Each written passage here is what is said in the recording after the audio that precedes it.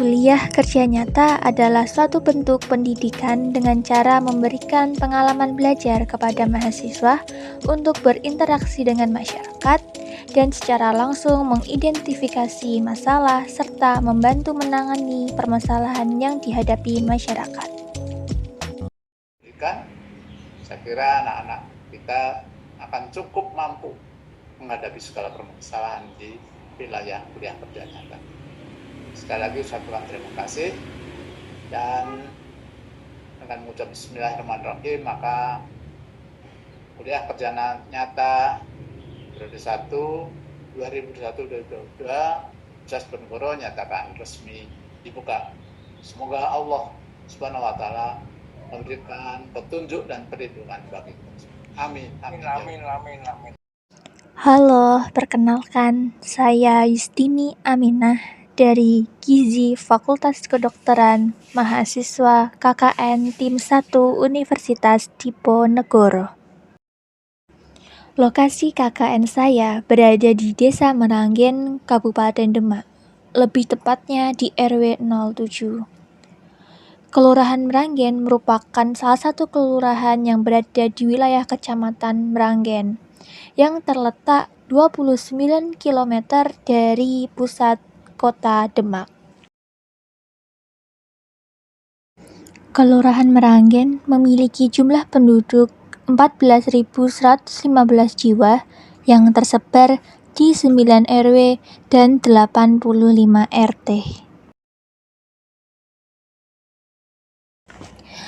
Desa Meranggen merupakan desa yang cukup maju dengan mayoritas masyarakat bermata pencarian di sektor perdagangan, jasa, dan industri non-pertanian. Berada di wilayah strategis karena berbatasan langsung dengan kota Semarang, membuat Kelurahan Meranggen menjadi salah satu desa yang berkembang cukup pesat. Wilayahnya lebih banyak digunakan sebagai pemukiman warga dan tidak memiliki lahan pertanian yang luas.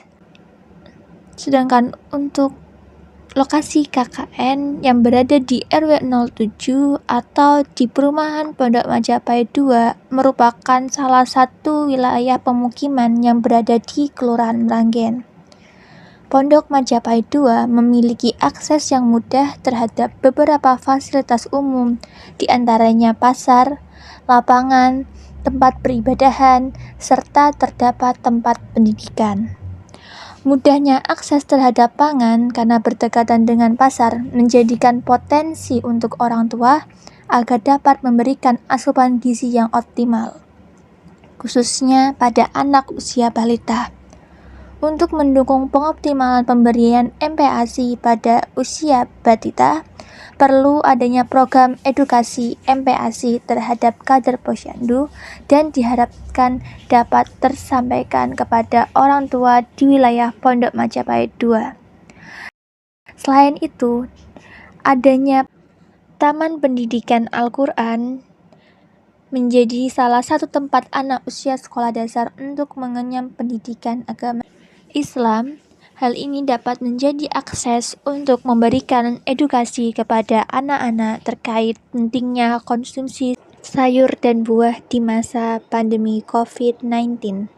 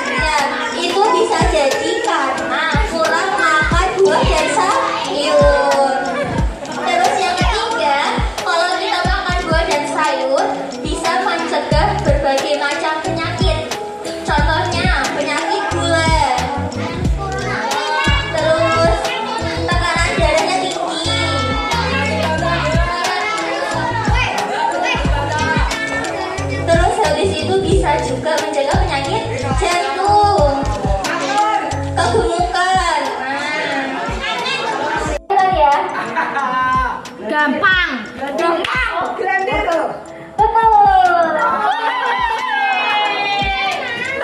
Manfaat makan buah dan sayur. Satu, dua,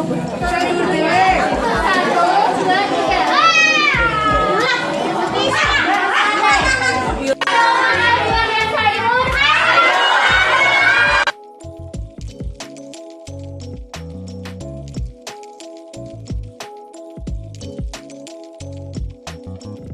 Ternyata jadi ini saya ada program tentang makanan berandai gizi atau MPASI untuk balita. Nanti dalam bentuk buku, jadi untuk memudahkan awalnya kan balita kan kader dari posyandu. Nah kalau nanti ada ibu-ibu yang bertanya bagaimana cara pemberian makanannya untuk balitanya, di sini di bukunya sudah dijelaskan balita. Nanti ada penjelasannya apa itu MPASI, lalu berapa usia mendapatkan. Mulai 6 bulan. Lalu nanti di sini ada tanda-tanda bahwa sudah siap menerima MPASI. Kan sebelumnya saya sudah pada visi ini ada visi yang di puskesmas. Nah bapaknya menyampaikan untuk tanda-tanda ini tuh untuk balita yang keadaannya sehat cukup kendala. Tapi kalau misalkan ada yang sedang sakit seperti mas ternyata anaknya belum bisa duduk dan lain-lain, ini tidak berpengaruh. Bisa dikasih MPASI. Tidak bisa, yang penting usianya 6 bulan. Oh gitu.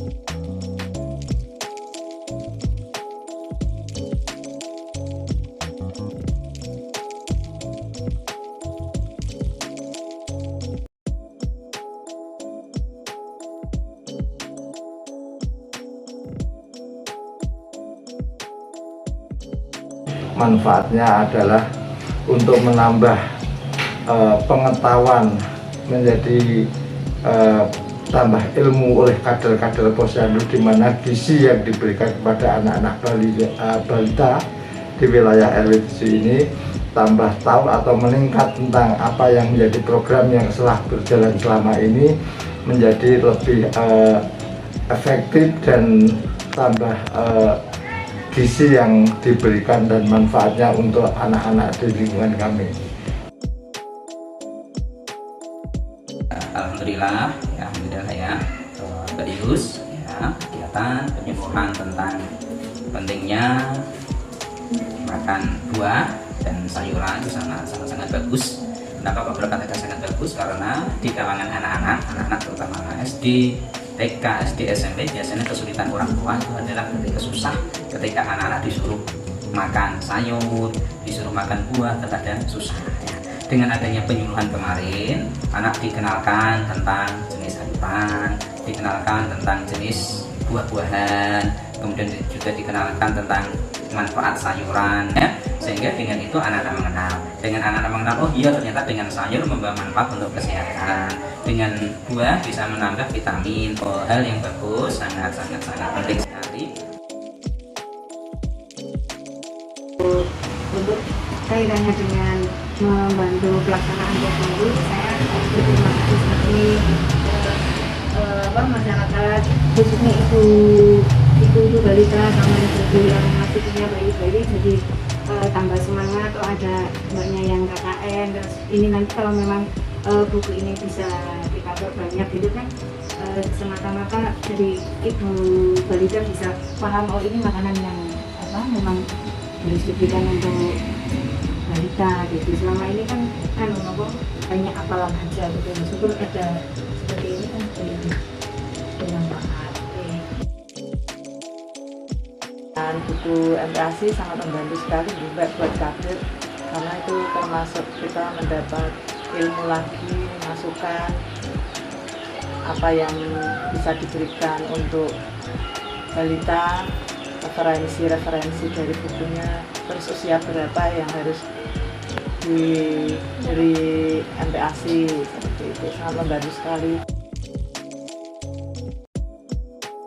Halo, selamat sore Sinta dan Tiara.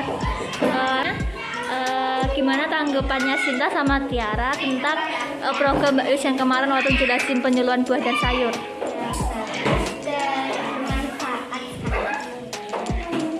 Terus ada saran nggak dari Tiara sama Sinta?